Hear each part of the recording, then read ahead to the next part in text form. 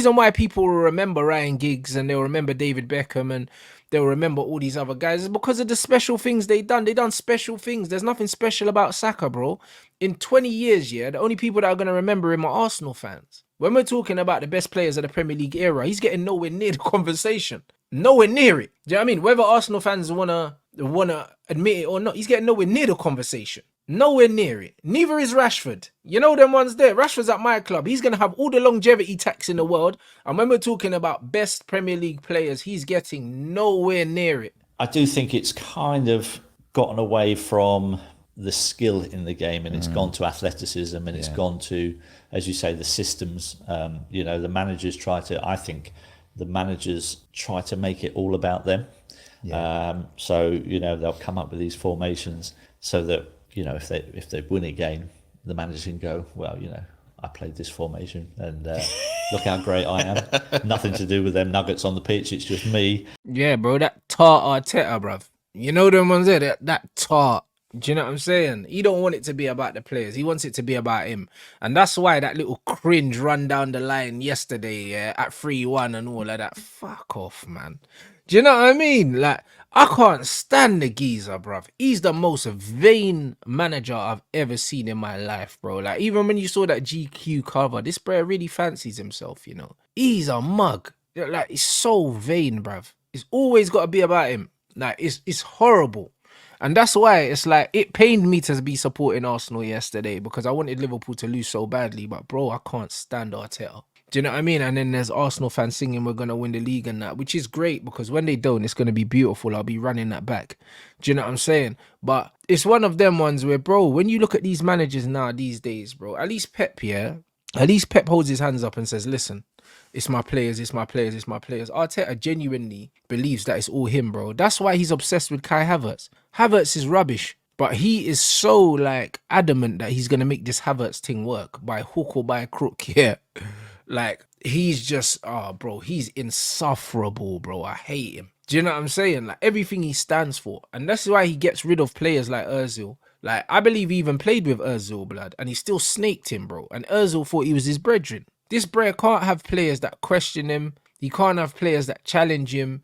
He's got to just have these beta males running around, bro, because he has to be in control of everything, innit? Do you know what I mean? And Ten Hag's the same, but, you know what I mean? He's got the autism as well, blood. You know, like that. That's just what it is. Ten Hag's that way, but he's got social communication issues as well. You know, like that. Absolute weirdos. Absolute weirdos, bro. Do you know what I mean? They want to make everything about them all the time. Like even in the post-match thing with Ten Hag, he's like, I told you, you didn't believe me, you didn't believe me. What, bro? You didn't prove no one wrong, bro. You're a trash manager. This bro's talking about, I told you. What are you, told who what? You're rubbish. You're parking the bus at home against West Ham. West Ham had 22 shots against us and you're telling us, I told you. Nah, bro, -1 goal difference, blood, in February. I told you. What did you tell us? He's tapped. Like, what is he talking about, bro? Bro, I despise him, you know. Do you know what I'm saying? I despise this guy. Like, honestly. Like, it's not even funny, bro. What's this, bro? Man said reports in Holland suggest that Ten Hag is already in his final months at Man United, and when asked last week whether he had open negotiations with Ineos Group about a new contract, he refused to comment. United have option trigger 12-month extension. Yeah, apparently they haven't spoken to him yet. But this bro thinks it's all about him, yeah? And you know why? You know that the manager thinks it's all about him? Because if you come into a team as a manager, yeah? And I saw the Girona manager say something similar. When you come into a team and you see the players you've got available, it doesn't matter what formation you like playing or what style you like playing. You look at the players you have, yeah? And you're like, all right, cool. I need to play to the strengths of my best players. Period. I don't care. Even if you like playing a certain way, yeah, you look at your best players and say, yo, I need to get the best out of my best players. Your best players are your system, always. Because your best players are going to win you games or they're going to stop you from losing games.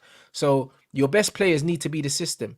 So if I'm at Man United, I'm saying, all right, Casemiro's the system. I'm saying Varane and Lissandro are the system. I'm saying Sancho's the system. When it comes to creative players, Sancho's our best creator. So Sancho's the system. I'm looking at them players. I'm not making Rashford the system or Bruno the system or Garnacho the system. They don't have qualities. How can they be the system? The system has to be the players that have the most intangibles. Even Eriksen. I'm saying, cool, if I'm going to play Christian Eriksen, I'm playing him in a free role here that Bruno's got so we can get on the ball and create. He has to be the system. How are you trying to make these scrubby ballers the system? It doesn't make no sense. It don't make no sense, bro. This is what these modern managers are doing to football. They're ruining the game. They're ruining the game. It's crazy, bro. That's why the game's so dead to watch now. Which I kind of don't. I don't really appreciate that. I think football's about the players that are on the pitch. Yes, the manager can have an impact, but at the end of the day, the people that are paying their money to come and watch a game of football, they don't pay their money to watch the manager stand on the sideline waving his arms about changing formations. Bro? They pay to be entertained by the players on the pitch. And so, yeah, I think... Bro, man said that, bruv, listen, that's one of the realest things I've ever heard. The fans don't come to watch the manager on the side signaling aeroplanes, bro. Do you think the manager, that we come to watch the manager do all this? Like what Arteta's doing? All of that. But we don't come to watch that. Do you think man travels 7-hour round trip to Manchester to watch Ten Hag on the side, shouting, doing all this? What does all this mean? What is that, bruv? Man's not here for that. Man's here to see some real ballers do baller things, bro. Entertain us. Man want to see magic. Man want to see 25-yard flipping thunderbolts in the top corner, bro. Man want to see dribbling. Man want to see skills. Man want to see all of that.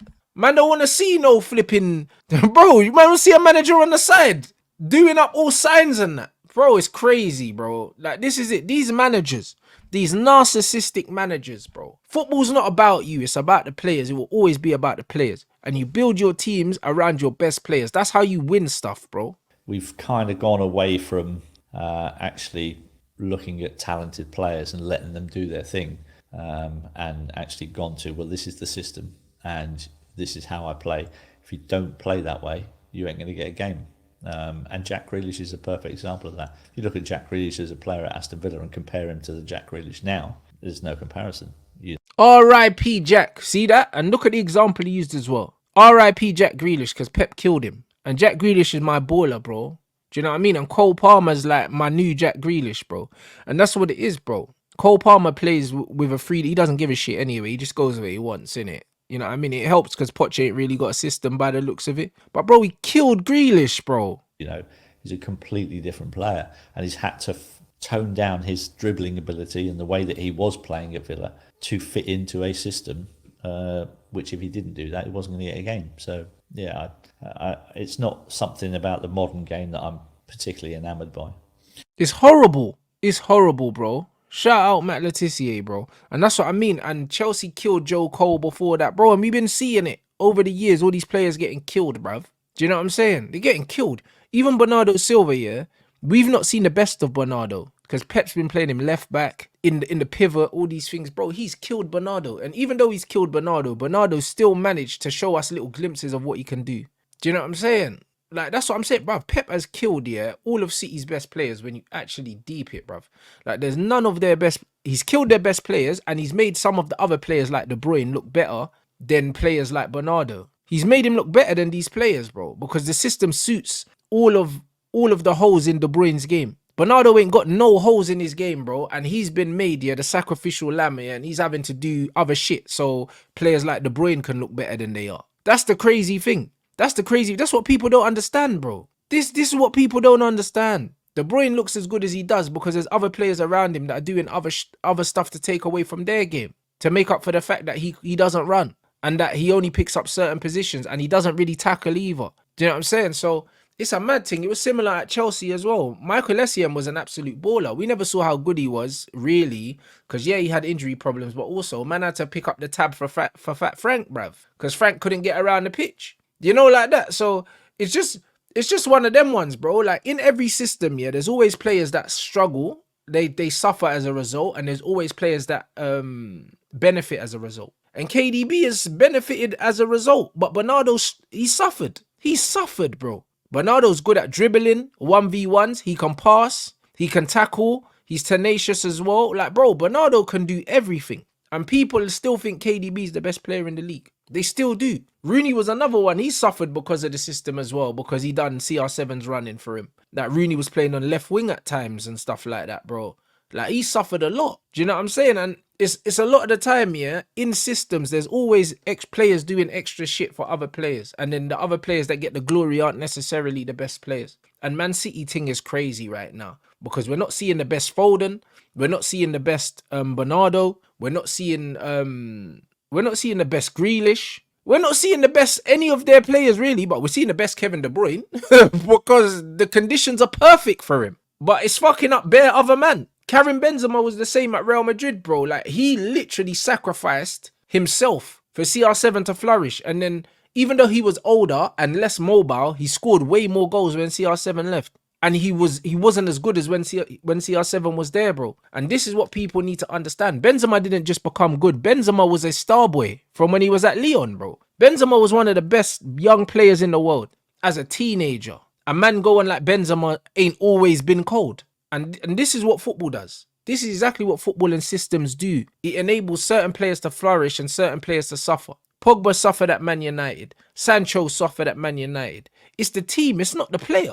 It's the team, it's not the player, bro. And that's what people need to understand. And that's it. Real Madrid right now, that's it. Vinny and Rodrigo are suffering, yeah? And Bellingham is the one he's the one that's benefiting. He's the one that's benefiting. So he's getting the GA, but then the other players that had the freedom that they used to have, they now don't have. Now we're seeing Vinny and Rodrigo playing as split strikers sometimes, and Bellingham's playing as the false striker. But this is not Vinny's best position. This is not how you get the best out of Vinny. It's not how you get the best out of Rodrigo, but you're getting the best out of Jude. Do you see what I mean? So there's always someone's getting sacrificed. Someone's always getting sacrificed. And players only look at the players that are benefiting from the system instead of looking at the overall players. Jude is not better than Vinicius. He's not better than Rodrigo. He's not better than Tchouaméni. He's not better than Camavinga, bro. But he's flourishing right now because the system allows him to. Do you understand what man's saying? The system is allowing it. And when Mbappe comes in as well, someone's going to get sacrificed again. It's probably going to be Rodrigo because he's the less sexy of all the names. So Rodrigo's probably going to get sacrificed, and he's one of the best players at Real Madrid. But this is football.